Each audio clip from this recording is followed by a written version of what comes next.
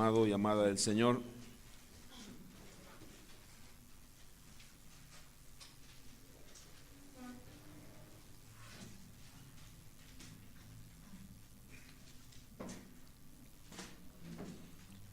Antes de ir al mensaje, a pesar de que tuvimos un problema con el audio, pudimos cantarle al Señor. Es una adoración muy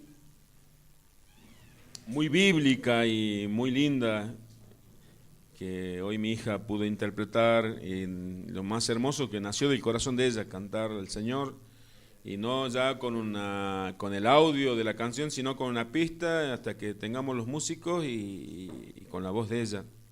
Y gracias al Señor, porque el Señor es quien cambia los corazones de los hijos. ¿Sí? Mi hija, antes de que me sucediera lo que me sucedió, en la prueba esa que me tuve 43 días apartado de mi familia,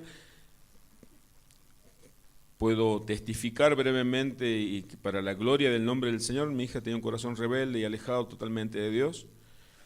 Y en ese tiempo de tribulación, de desierto, el Señor cambió el corazón de mi hija, y hoy mis hijos, mi casa y yo, como dice la palabra de Dios, decía Josué, servimos al Señor. El Señor lo puede hacer, el Señor tiene poder para hacerlo. Le animo a mis hermanos que no dejen de orar por sus familias. Vamos a comenzar el mensaje del día de hoy. Busquen su Biblia, la primera carta de Tesalonicenses. Hoy la leyó al comienzo nuestro hermano Dago, y vamos a leerla como para iniciar el mensaje del día de hoy. Primera de Tesalonicenses, en el capítulo 5, versículo 17, dentro de la serie de mensajes, la oración. ¿Sí? Estoy compartiéndole a mis hermanos, a la congregación y a todo aquel que escuche este mensaje, dentro de la serie del mensaje de la oración. Hoy vamos a compartir el modo correcto de orar.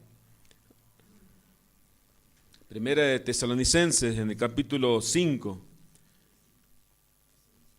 Es un versículo muy cortito, tiene 3 palabras el versículo, pero es necesario que lo visualicemos. Primera de Tesalonicenses 5:17, es un mensaje cortito. Dentro del capítulo 5 de Tesalonicenses hay una serie de mensajes a la iglesia. El miércoles estuve compartiendo esta enseñanza, no va a ser la misma. Estuve compartiendo este versículo. Primera de Tesalonicenses 5:17, versículo corto, pero con mucha enseñanza. Dice, orad sin cesar. Mire qué corto el mensaje, el consejo de Dios. Orad sin cesar.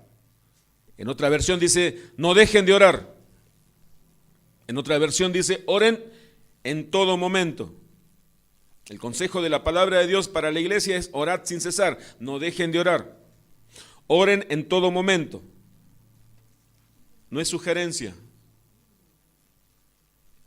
Es una exhortación, no es sugerencia, es una orden de parte de Dios para nosotros, sus hijos. Es una orden de parte del Señor de la iglesia para nosotros, los miembros de su iglesia, los participantes de su iglesia. No dejen de orar, oren en todo momento. La oración no debe ser circunstancial. Tenemos que entender, présteme mucha atención, hermano y hermana, levante su mirada. Fije, porque si uno lee la Biblia, está bien la palabra de Dios, pero perdemos el consejo, la predicación. No dejemos de orar. La oración no debe ser circunstancial. ¿Qué es circunstancial? No debe ser coyuntural. No debo orar en cierto momento de mi vida, debo orar siempre. No solamente cuando tenga necesidad, sino debo orar para agradecerle a Dios y debo orar para depender de Él. No debemos orar de vez en cuando. No debemos orar cuando tenga una necesidad angustiante, una necesidad de salud, una necesidad de dinero, una necesidad de la familia. Debo orar siempre. La oración tiene que ser un estilo de vida, no tiene que ser circunstancial. Eso tenemos que entender. Orad sin cesar, esta palabra, este consejo que muchas veces quizás muchos han escuchado y conocemos este pasaje de la Escritura. Tenemos que entender que es una demanda de parte de Dios para nosotros. ¿Cómo tiene que ser nuestra oración? Tiene que ser siempre, tiene que ser un estilo en nuestra vida. Tenemos que tener una vida de oración. tengo que orar porque estoy pasando una necesidad económica, tengo que orar porque tengo una necesidad de salud, tengo que orar porque un familiar, un amigo tiene un problema de salud. Tenemos que orar siempre. Ya sé que todo esté bien, gloria a Dios porque todo está bien, Señor, y te doy gracias porque todo está bien, y te doy gracias porque hoy me desperté y tengo vida, como compartí a los hermanos. Y alguien una vez me dijo que Dios no se olvidó de levantarte esta mañana, entonces ¿por qué te vas a olvidar de orarle a Él? Si las misericordias de Dios son nuevas cada mañana. Si nos despertamos en la mañana es porque Dios nos dio vida, nos dio una oportunidad y renovó su misericordia para nosotros. ¿Cómo nosotros nos vamos a olvidar de agradecerle? ¿Y cómo le agradecemos? Teniendo una actitud de oración. Y vamos a ver cómo debemos orar. Y vamos a ver los errores que cometemos cuando oramos también. Primero, entendiendo la primera parte que debemos orar siempre, vamos a pasar al segundo punto. Busque en su Biblia el Evangelio según San Juan en el capítulo 14. Evangelio de Juan, capítulo 14.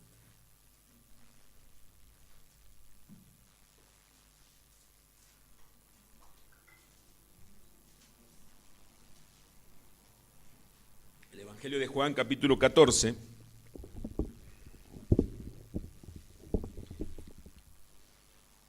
Versículo 13 y 14.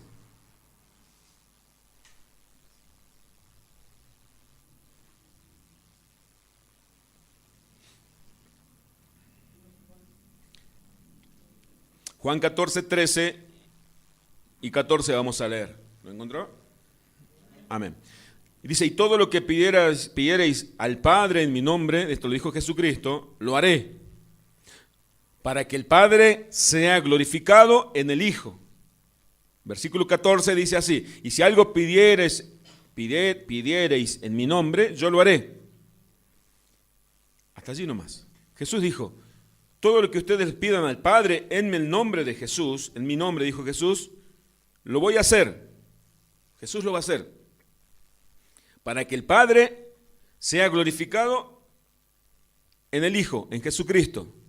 O sea, la oración respondida es para la gloria de Dios, no es para la gloria del orador, es para la gloria de Dios. Cristo lo prometió que lo iba a hacer cuando pidamos al Padre algo en el nombre de Jesús, para que el Padre sea glorificado en el Hijo. Y en el versículo 14, si algo pidieras en mi nombre, yo lo haré, dijo Jesús. Entonces, ¿qué tenemos que entender?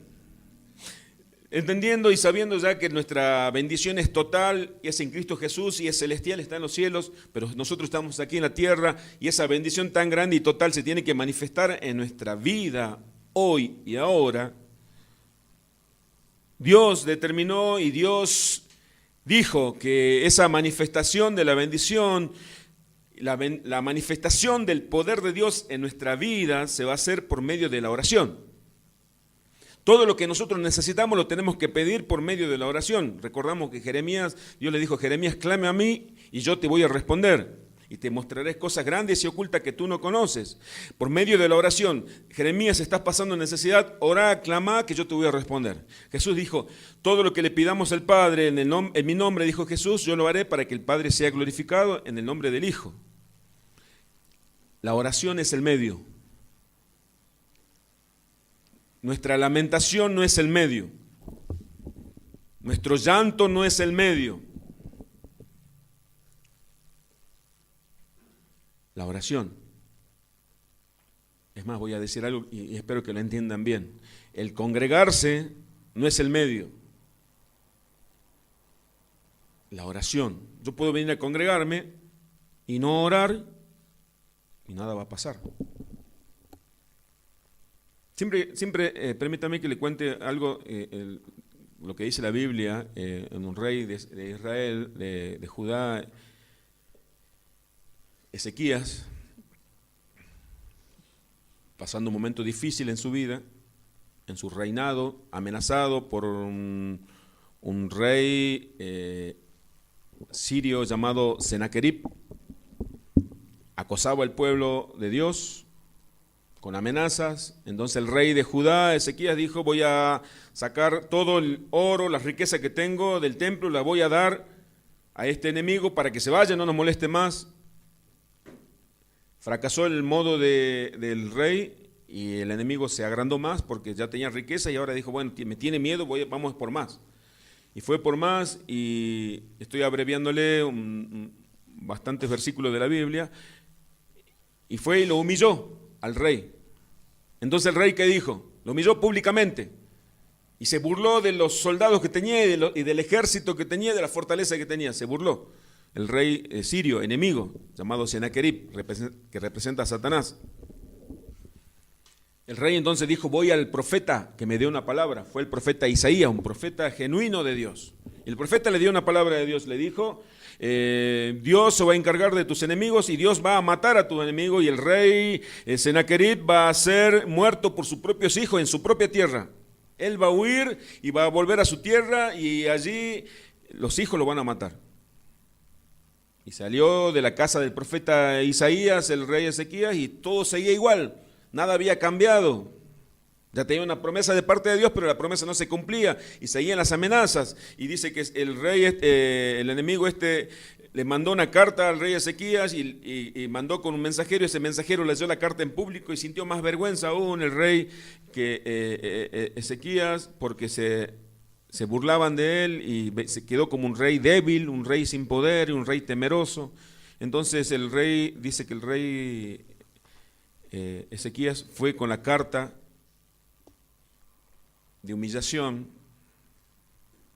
y entró al templo de Dios y puso la carta delante de la presencia de Dios y le dijo el rey a Dios, Señor, aquí vengo, humillado, ya no sé qué hacer. Y se rindió a Dios. Y dice la Escritura que esa misma noche Dios mandó un ángel y mató a los 70,000 soldados que estaban sitiando a Judá. Estaban alrededor rodeándolo para acosarlo, para matarlo al pueblo de Dios. Esa misma noche Dios mandó un solo ángel y mató a todos los enemigos. Al otro día se despertó el rey Ezequías y vio que sus enemigos ya no estaban. El rey Senaquerib se fue hasta Siria. Dice que mientras él oraba a su Dios, ese Dios con minúscula que él tenía, vino uno de sus hijos que quería reinar en lugar de su papá y lo mató. Y se cumplió la palabra del profeta Ezequías. Pero ¿cuándo se cumplió la palabra del profeta Ezequías? Cuando el rey fue y se presentó delante de Dios y oró a Dios él. David lo dijo, cuando mi voz clamé a Jehová y él me oyó. Dios va a manifestar su poder, su gracia, cuando nosotros le oremos a Él. Usted puede venir y escuchar palabra del predicador, del pastor, usted puede leer la Biblia, pero si no ora, el poder de Dios está esperando a que usted se rinda y se presente delante de Dios en oración, y allí se va a manifestar el poder y la gracia de Dios en nuestras vidas. Ese es el medio. Alguien dijo alguna vez que la oración es como una autopista con 2 carriles, eso lo compartí a los hermanos también. Por un carril de la autopista sube nuestra oración y todas nuestras peticiones a Dios, y por el otro carril desciende la respuesta de Dios, la bendición de Dios. Ese es el carril, la oración. Dios quiere y Dios dijo que tenemos que orar, no es una sugerencia. No existe un cristiano que no ore, no existe un cristiano sin oración. Lo saquemos de nuestra mente, cristianos del siglo XXI, cristianos modernos que no oran. Eso no existe. La Biblia, en el Nuevo Testamento, en el libro de los Hechos, la iglesia oraba y ayunaba a Dios. La iglesia oraba y ayunaba a Dios. Jesucristo dijo, orad y ayunad, oración y ayuno. Cosa que no estamos haciendo habitualmente los cristianos. No digo nosotros, todos los cristianos. La iglesia tiene que orar. El Hijo de Dios tiene que orar. Amén. Ya sabe cuando suceda algo en nuestra vida y veamos que la pregunta que nos tenemos que hacer, ¿estoy orando a Dios? Y podemos decir, sí, estoy orando, más oración todavía. Orar siempre, dijo el Señor, siempre. Vamos a ver cómo vamos a orar ahora, cuáles son los errores que cometemos en la oración. Busque Mateo capítulo 6. Mateo en el capítulo 6, vamos a ver. Mateo capítulo 6. Podemos tomar muchos versículos para entender cuáles son nuestros errores. Por ejemplo, Santiago cuando dice, ustedes oran, no tienen porque no piden. Y cuando piden, piden mal porque piden para vuestros deleites. Pero vamos a ver ahora Mateo capítulo 6. ¿Lo encontró? Amén. Vamos a buscar, déjeme que lo busque yo ahora acá. Mateo capítulo 6, en el versículo 5. Jesús y la oración. Aquí el Señor Jesús es el que nos enseña cómo orar. Primero, nuestros errores. Vamos a ver los errores de la oración hipócrita. Versículo 5. Nuestra oración no tiene que ser hipócrita. Y cuando ores no seas como los hipócritas, porque ellos aman el orar en pie en las sinagogas y en las esquinas de las calles para ser visto de los hombres. Nuestra oración no tiene que ser hipócrita. Primeramente no tenemos que orar para que los demás nos vean o sepan que oramos. No tenemos que orar con un corazón que no sea sincero. Tenemos que ser sinceros porque tenemos un Dios que conoce lo más profundo de nuestro ser, de nuestros pensamientos, de nuestras intenciones, dice su palabra. No tenemos que tener, la oración hipócrita es errónea. Jesús dijo, este pueblo de labios me honra, pero su corazón está lejos de mí. Tenemos que disponer nuestro corazón a buscar de Dios en la oración. No tenemos que orar de manera hipócrita, Señor, y orar y rápido y salirnos, sin haber puesto nuestro corazón, dispuesto un tiempo para que el Señor examine nuestro ser. Y orar, dice que en el tiempo de Jesucristo los fariseos oraban en las calles y levantaban sus manos, hicieron alargar sus filacterias para que sea más impresionante aún cuando levantaban sus brazos y las filacterias se veían y ellos y oraban a gran voz y con palabras muy rebuscadas para que todos se impresionen por su forma de orar. Esa oración hipócrita, esa oración no llega a la presencia de Dios. Eso lo dijo Jesús. El segundo punto, el segundo error que tenemos que entender, la oración repetitiva en el versículo 7, fíjese Mateo 5, 7, y orando, no uséis vanas repeticiones como los gentiles, que piensan que por sus palabrerías serán oídos. La oración repetitiva. Bueno, esto mucho lo hacen los católicos romanos cuando oran, repiten, piensan que por sus repeticiones Dios lo va a oír, o van a torcer el brazo de Dios, van a torcer la voluntad de Dios a favor, vamos a cansar a Dios de tanto repetir a ver si no nos bendice, pero a veces las repeticiones son vanas y no tienen sentido las oraciones. Dios quiere escuchar lo que hay en nuestros corazones, qué dice su Hijo, qué le dice el Padre. También dice con palabrerías. A veces pensamos que Dios se va a impresionar por nuestras palabras, usando palabras, las oraciones grandilocuentes, que buscando palabras y diciéndole al Señor palabras lindas como para que Dios por nuestra oración se impresione y diga qué bien que ora, qué buen orador que es mi hijo, mi hija, voy a responderle. Muchas palabras, pensamos que por nuestras muchas palabras Dios nos va a responder. Y a veces hay muchos en la iglesia evangélica ahora y son oraciones repetitivas porque dentro de la iglesia hay malentendida la fe y ellos oran, hay una confesión positiva que es misma de la metafísica. Si uno repite lo que querés y lo crees con todo tu corazón, dice que se va a hacer. Eso es metafísica, no es fe. No sé si alguien escuchó alguna vez de la confesión positiva dentro de la metafísica. Esa oración positiva, esa repetición positiva está dentro de la iglesia. Han tomado de la metafísica, la han traído de la iglesia y dice, eso es fe, no es fe. Yo quiero, Señor, un auto 0 kilómetros, yo quiero un auto 0 kilómetros, yo lo estoy viendo, lo estoy visualizando. Eso no es fe, eso es metafísica. Eso es buscar el mentalismo. Eso no es fe. Eso sí que está totalmente condenado por el Señor y por la palabra de Dios. Entonces, el tercer punto, no tenemos que procurar, el segundo punto, no tiene que ser repetitiva la oración, ni el tercer punto, no tenemos que buscar palabras que nosotros no usemos habitualmente para impresionarle a Dios, porque Dios no se va a impresionar por ninguna palabra. Y el cuarto punto, la oración egoísta. Marque su Biblia en Mateo 6, por favor. Marque el capítulo porque vamos a volver a Mateo 6, busquemos Lucas 18, busquemos Lucas 18, 9. El cuarto punto, nuestra oración no tiene que ser egoísta. Lucas 18, 9.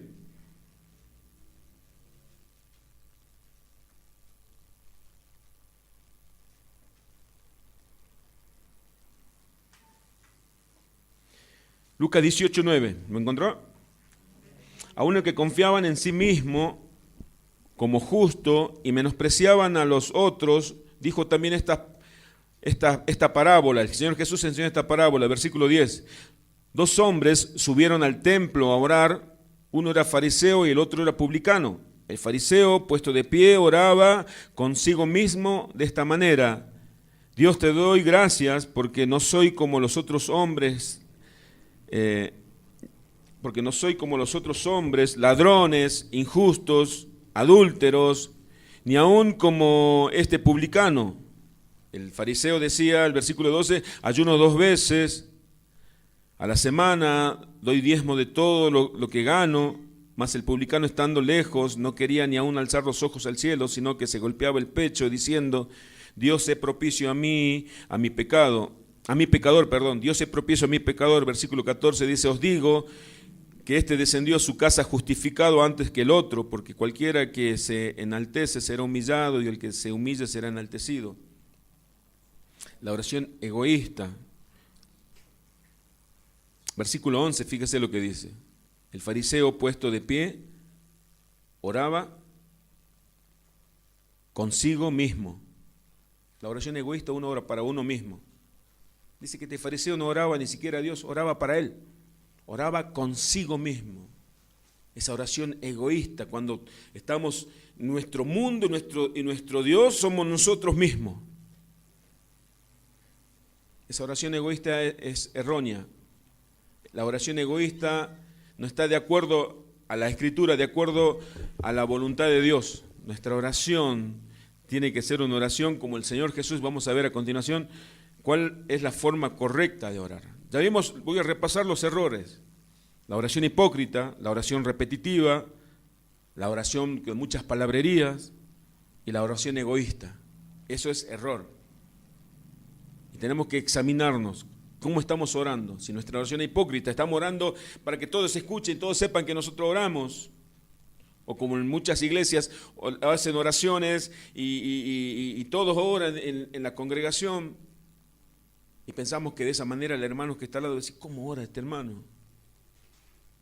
Y a veces, déjeme que le comparta mi experiencia. Muchas veces he asistido a congregaciones donde se oraba en público para impresionar al que estaba al lado, no para orarle a Dios. Y eso se ve mucho en otras congregaciones cuando se ora quizás en lengua y se quiere caer ya el hermano porque y simula la presencia de Dios, pero lo hace para impresionar a los demás, para que los demás digan cómo ora el hermanito, qué espiritual que es. Y yo, pobre de mí, carnal, decía yo, porque yo no tengo el mismo nivel espiritual de él. Pensamos que de esa manera vamos a impresionar a Dios. Error. Y la oración egoísta, cuando oramos con nosotros mismos. La oración correcta, la forma correcta. Mateo 6, el mismo Mateo 6, volvamos a Mateo 6. Mateo 6, en el versículo 6.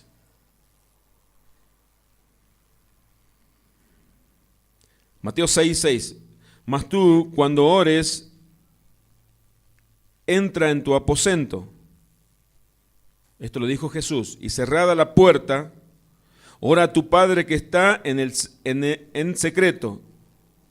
Y tu Padre que ve en lo secreto, te recompensará en público. Sabemos que hay oraciones colectivas. Uno ora en la congregación, uno ora en el trabajo, puede orar con los compañeros de trabajo. Si tienen algún compañero que sea cristiano, vamos a orar antes de iniciar la jornada laboral, perfecto.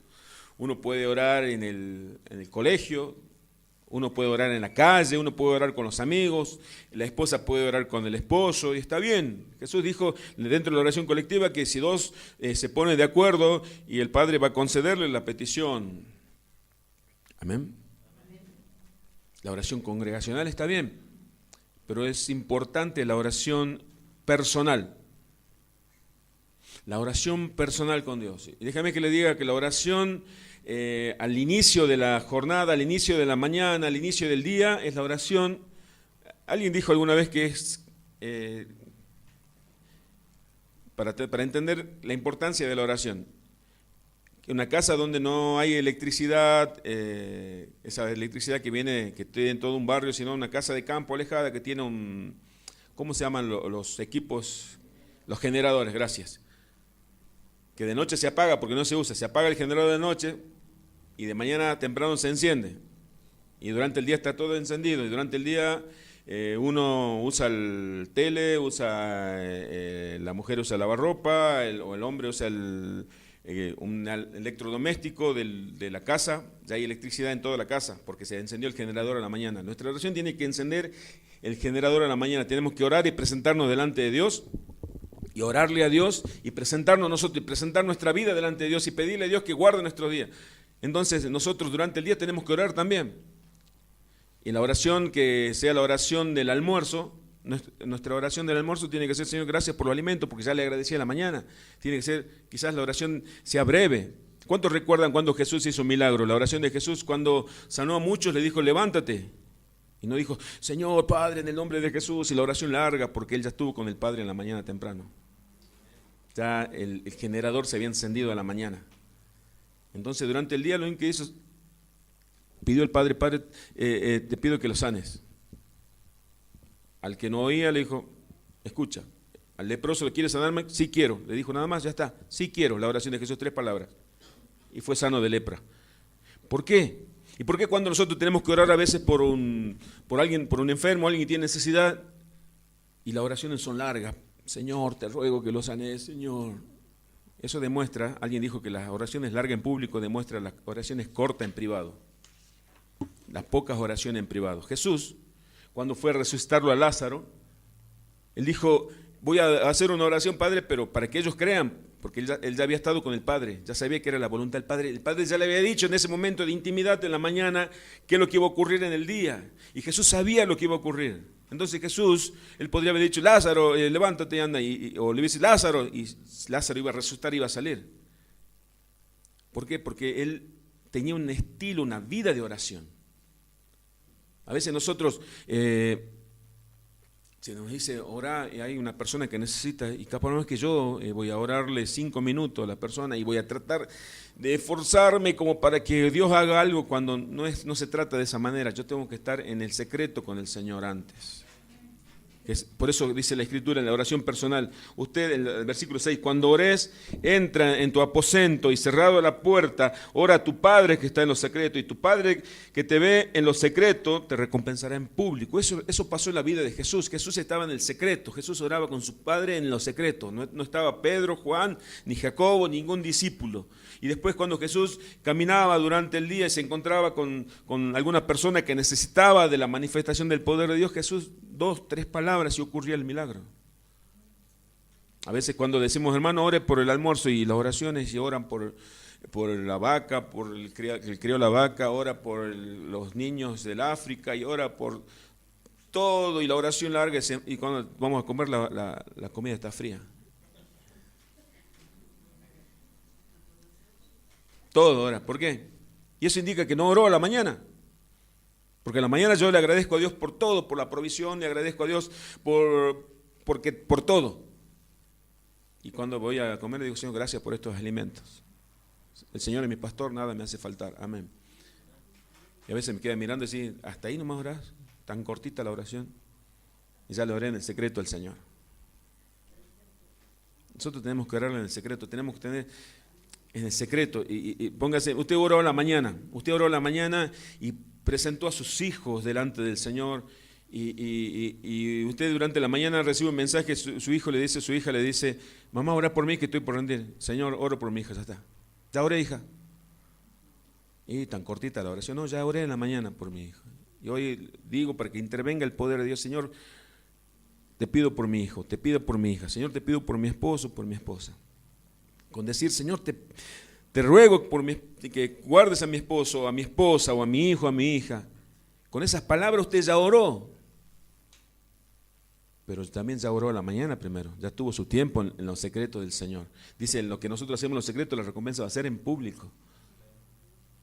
Eso es una ley. Este método de la oración lo enseñó Jesucristo. Ore, cerrá la puerta. Entra a tu cuarto, cerrá la puerta de tu cuarto, quiere decir intimidad. Y hablarle a tu Padre que está en lo secreto y Él te va a recompensar en público. Bien, la forma correcta. Versículo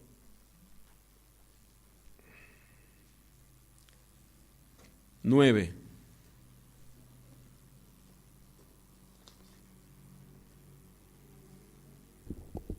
Versículo 9 del capítulo 6 de Mateo.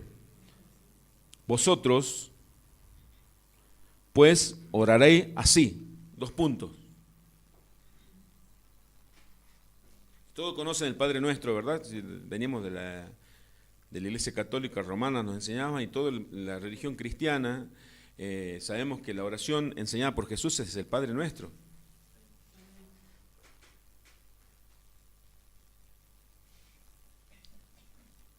A veces escuchamos nosotros que el Padre Nuestro se lo repite también dentro de la iglesia evangélica, la iglesia que no son católicas, pero también anteriormente Jesús dijo que la oración no tiene que ser repetitiva, no tiene que ser una oración mecánica, tiene que ser una oración que salga de nuestro corazón, inspirada por el Espíritu de Dios.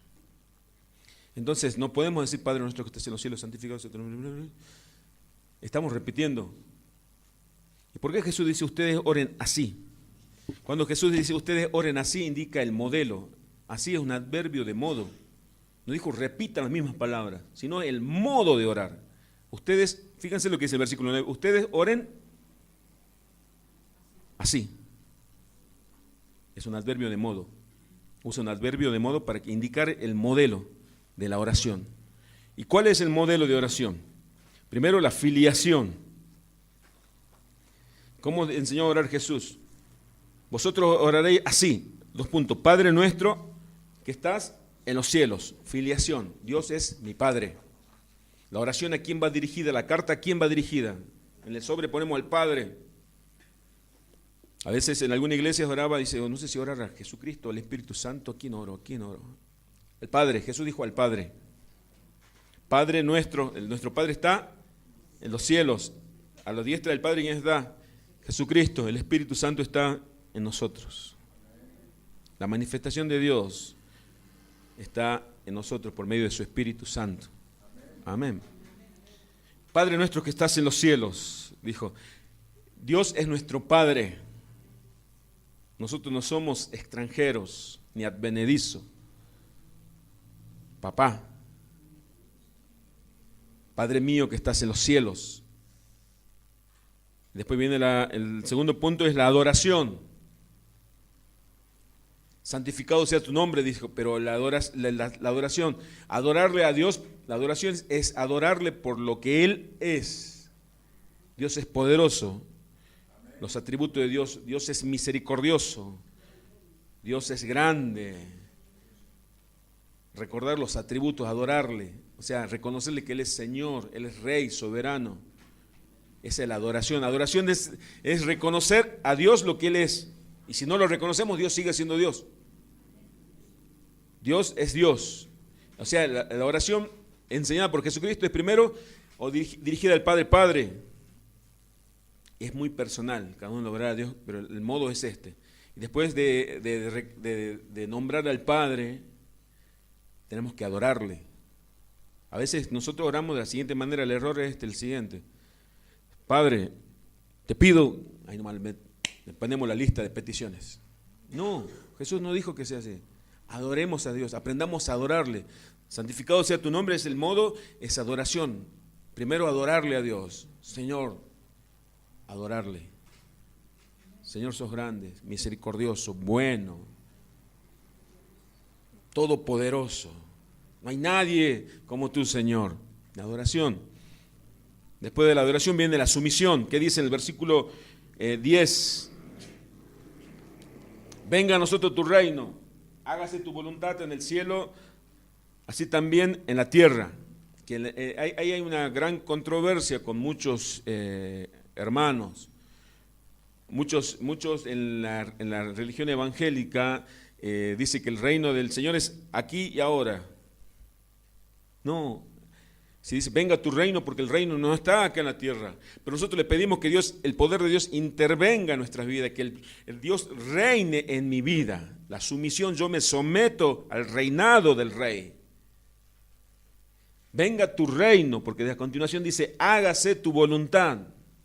Entonces tengo que entender que mi oración tiene que estar bajo de la voluntad de Dios. Señor, yo te pido esto, pero si es tu voluntad, Señor. La sumisión es el decreto y declaro fuera, en el nombre de Jesús. Decreto y declaro fuera de nuestra mente. Hágase tu voluntad, Señor. Venga tu reino, reina en mi vida, reina en mi familia, reina en la vida de mis hijos, reina en mi vida, Señor, reina en la iglesia. Que se haga tu voluntad como allá en el cielo. Nadie te desobedece. Acá en la tierra tampoco nosotros, Señor, seamos desobedientes. Esa es la sumisión. Yo en la oración tengo que presentarme delante del Padre, tengo que adorarle, después tengo que someterme a la voluntad de Él. Señor, hágase tu voluntad. ¿Estamos de acuerdo? Si no estamos de acuerdo, así va a ser también.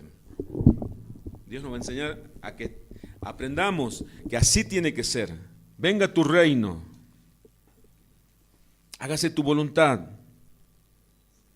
Si les pido es porque no está el reino. Hay muchos en la iglesia evangélica que dicen, no, el reino de Dios es ahora, porque en el reino de Dios no hay ningún pobre.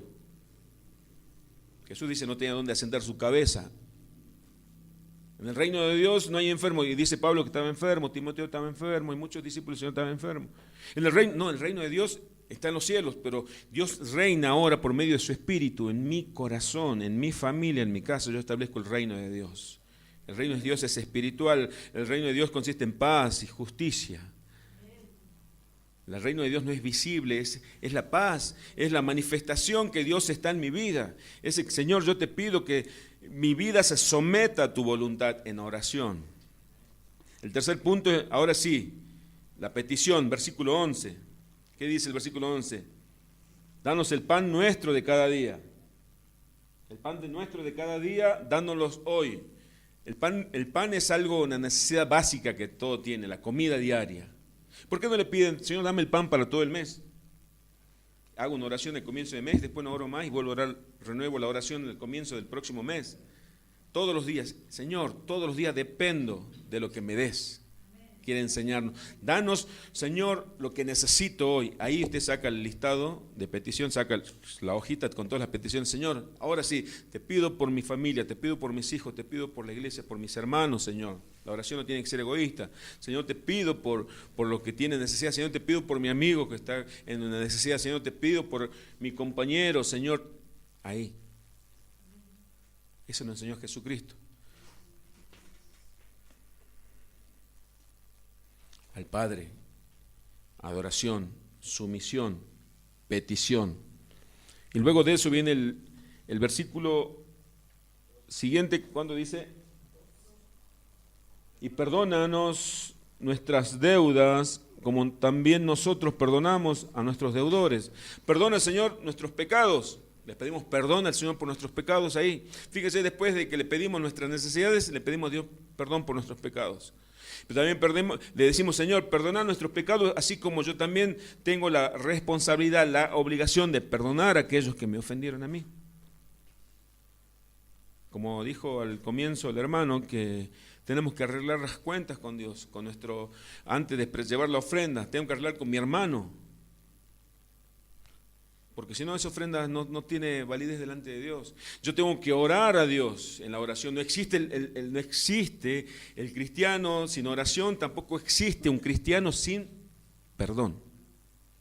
¿Por qué? Porque Jesús dio muestra de perdón. ¿Cuándo? Cuando estaba siendo clavado en ese madero, en esa cruz, y dijo, Padre, perdónalos porque ellos no saben lo que hacen. Jesús, que no merecía nada de lo que le sucedió, ningún sufrimiento. Pero él dijo, Padre, perdónalos, porque ellos ignoran lo que están haciendo. Nosotros tenemos que tener la actitud de nuestro Maestro, y Jesús en el Padre Nuestro, en esta oración, en este modelo de oración, Jesús dijo, Padre, perdonanos, así como nosotros tenemos también la necesidad y la obligación de perdonar, como nosotros lo hacemos. Hay una reciprocidad. Señor, me perdonaste, yo tengo que perdonar. Agustín de Hipona, un pensador de la iglesia, dijo que cuando ora un rencoroso, Dios se tapa los oídos. No te voy a escuchar. ¿Por qué? Porque la Biblia, llevándolo a la Biblia, dice que Dios al soberbio lo tiene distante. O sea, la oración nuestra, para que sea oída por Dios, tenemos que tener un corazón sin rencor, un corazón perdonador. Eso lo dijo el Señor. Yo puedo decir, a mí me costó mucho perdonar. Y mi corazón estaba duro para perdonar. Muchos saben lo que le estoy hablando. Y Dios tuvo que tratar mi corazón y quebrarlo con muchos días de dolor y sufrimiento hasta que yo entendí. Señor, le pedí perdón. Ahí entendí, hermanos, la necesidad de perdonar. El orgullo no nos deja perdonar. El punto 6, el final dice, versículo 13, y no nos metas en tentación, mas líbranos del mal, porque tuyo es el reino, el poder y la gloria por los siglos de los siglos. Amén. El 6 es la liberación y protección. Dentro de la oración yo tengo que pedirle al Señor, líbrame de todo mal, de toda tentación, líbrame de la tentación, Señor. A ver, seamos honestos con nosotros mismos y con Dios. Dentro de nuestras oraciones casi no se pide a Dios, Señor, líbrame de la tentación. Al no pedirle a Dios que nos libre de las tentaciones porque nos creemos que somos fuertes. Y no somos fuertes, somos débiles. Dice que me contaron que había un predicador que predicaba y hacía grandes milagros y tenía un corazón orgulloso y él iba y hacía milagros, era un evangelista que iba y predicaba y se convertían muchos al Señor. Y dice que un día este siervo de Dios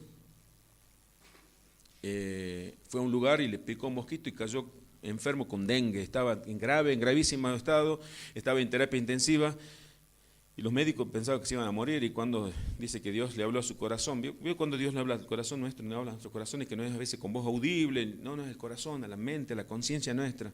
Y Dios le dijo, ¿dónde está el que se creía fuerte? Solamente un mosquito te puede matar. A veces nos creemos fuertes y a veces un virus, que no lo podemos ver nosotros, pero ni el microscopio, tiene que ser un microscopio muy avanzado para poder ver, ese virus nos puede matar a nosotros. O sea, no somos fuertes. El único fuerte es el Señor.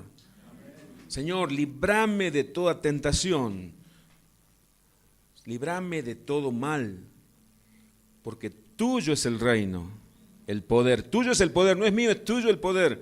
El poder que actúa en nosotros es del Señor. Y tuya es la gloria por los siglos de los siglos. Amén. Ese es el modelo de oración que tenemos que tener nosotros. Sacar de nuestra mente todo otro tipo de oración. Y no repetir el Padre Nuestro, no es lo que estoy diciendo, sino ese es el modelo. Nuestra oración tiene que dirigir al Padre, es una filiación, Padre e Hijo, adoración, sumisión, petición, perdón, liberación y protección.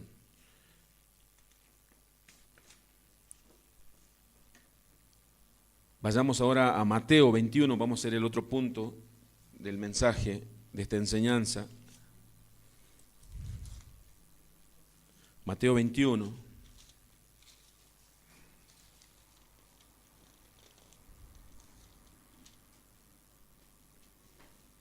Mateo 21, 12.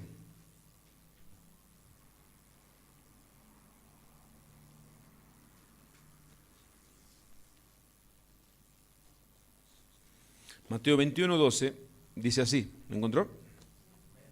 Y entró Jesús en el templo de Dios y echó fuera a todos los que vendían y compraban en el templo.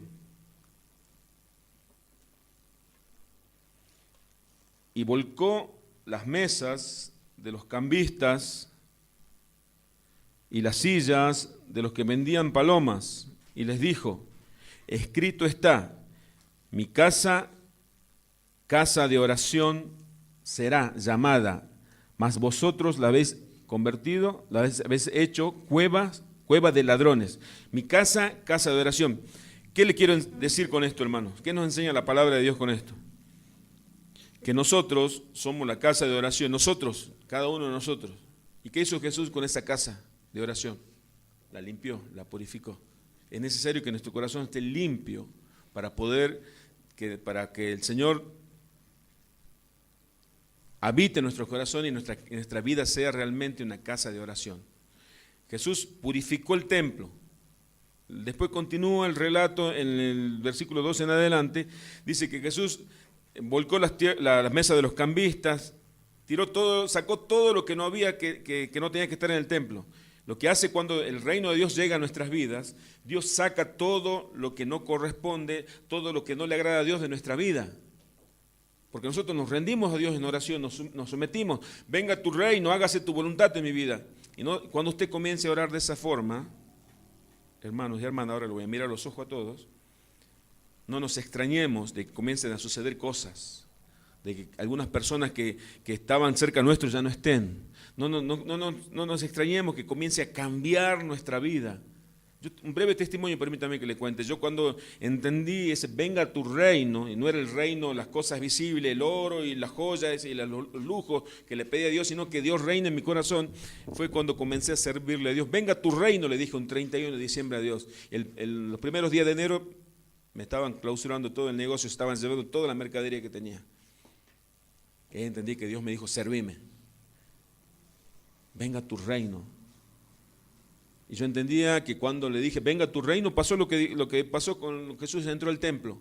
Comenzó a patear y a sacar y a tirar las mesas, a sacar todo lo que no era de Dios. Mi casa se va a llamar casa de oración, dijo Jesús. Tu vida le pertenece al Señor. Amén. Aunque le cueste, amén. Me cuesta. Mi carne se resiste. No tenga miedo de decir, venga tu reino. Es lo mejor que nos puede pasar. Es lo mejor. Se establece el reino de Dios en tu familia, en tu casa. Quizás, Señor, ¿por qué se ha ido tal persona? Señor, ¿por qué mi amigo de toda la vida? Estoy purificando tu vida. Estoy purificando tu templo. ¿Qué sucede después de la purificación del templo? Vea el versículo 14. Y vinieron a él en el templo ciegos y cojos y los sanó. ¿Qué ocurre después de la purificación? La oración. Después de la oración, milagros. Señor, hace milagros. Tranquilo. Primero la purificación. Después se establece la oración. Y cuando se establece la oración, se establece el reino de Dios y ocurren recién los milagros. Ahí la intervención del poder de Dios en nuestra vida, en este mundo natural, viene lo sobrenatural. Dios está en los cielos, nuestro Padre está en los cielos, el Espíritu Santo está en nosotros. Dice la Biblia que el poder de Dios se va a manifestar en nosotros. Pero ¿por qué no ocurre? Purificación, oración y milagros. El reino de Dios se establece en la vida de un hijo de Dios y comienza a suceder cosas que antes no sucedían. ¿Por qué? Porque Dios, estoy repitiendo, Dios comienza a intervenir. Para usar un vocabulario más común, Dios comienza a meter su mano en su vida, en nuestra vida, y comienza a ordenar lo que estaba desordenado. Y comienza a poner las cosas en su lugar. Cuando nosotros le decimos, Señor, venga a tu reino, pero purificamos nuestra vida, nos presentamos delante del Señor en oración y decimos, venga a tu reino, Señor. Dice Jesucristo dijo, todo lo que le pidamos al Padre en su nombre, Él lo va a hacer. Ahora entendemos que no le vamos a pedir a Dios, Señor, mándame una Ferrari testa roja. Voy a orar mucho para que venga. Si tu palabra dice que lo que yo te pida me vas a dar. No, mi corazón está lejos de Dios. Porque nuestro sueño, nuestro anhelo tiene que ser el sueño y el anhelo de Dios. ¿Y Dios qué quiere? Que el evangelio suyo se predique en todas las naciones, a toda criatura. Porque antes que venga el Señor se tiene que cumplir una de las profecías, que todos van a conocer, van a escuchar la predicación del evangelio. Hay muchos todavía que no conocen y han escuchado la predicación del evangelio, del verdadero evangelio. Podemos ir ahí a una iglesia evangélica que está llena de... No han escuchado la predicación del evangelio, han escuchado la predicación del evangelio del hombre, no del evangelio de Jesucristo. Fíjense qué importante y cuán importante es orar. El orar, Lucas 18:1, vamos a leer un solo versículo de Lucas 18:1. para que entendamos, y Jesús contó una historia con respecto a eso, una parábola para enseñar a los discípulos la importancia de orar y cómo orar. Cuenta la historia de la viuda y del juez injusto, que usted la conoce, pero cuando leí el versículo 1 digo, ¿dónde estaba esto? Porque nunca lo entendí de esta manera y yo quiero que usted lo entienda de esta manera también. Versículo 1 de Lucas 18, también le refirió Jesús una parábola sobre la necesidad de orar, dice, siempre y no desmayar. También Jesús se refirió con una historia, dice en otra versión, para que entiendan la necesidad de orar en todo momento y no desanimarse. Jesús nos enseñó que nosotros tenemos que orar siempre, ser perseverante en la oración y no desanimarnos. ¿Será voluntad de Dios que yo ore para que se salve mi esposo, mi esposa? ¿Será voluntad de Dios que yo ore para que se salve, que lo conozcan al Señor mis hijos? Sí, pero yo puedo decir, pero no he escogido, eso lo sabe Dios, yo no lo sé. Yo tengo que orar. ¿Y hasta cuándo? Pero yo oré 10 años, 18 años y todavía no cambia. Y Jesús dice, orar siempre, no te desanimes. Y si te encuentra la muerte orando, te va a encontrar la muerte orando, pero vas a ir delante de Dios y Dios te va a decir, muy bien, mi siervo, mi hija, mi hijo, fiel, me creíste. No desanimarnos, orar siempre, ser obstinado en la oración. No orar por la Ferrari, que no es voluntad de Dios. Oremos por lo que es la voluntad de Dios. ¿Qué es la voluntad de Dios? ¿Cuál es la voluntad de Dios? Está revelada en su palabra para nuestras vidas. Jesús sintió la necesidad que aprendamos a orar siempre y a no desanimarnos. Después contó la historia de la viuda y el juez injusto, que usted ya la conoce. La viuda desamparada, pobre, y el juez malo, que no temía ni a Dios ni a los hombres. Y la viuda consiguió lo que quería, lo que necesitaba, porque fue perseverante. Ustedes tienen que ser así. ¿Cuánto más vuestro Padre no lo va a conceder a ustedes lo que le piden? Nuestro Padre que es bueno. Si este juez que era malvado no temía a Dios ni a los hombres, le concedió lo que pedía la viuda, ¿cuánto más Dios? No desanimarnos.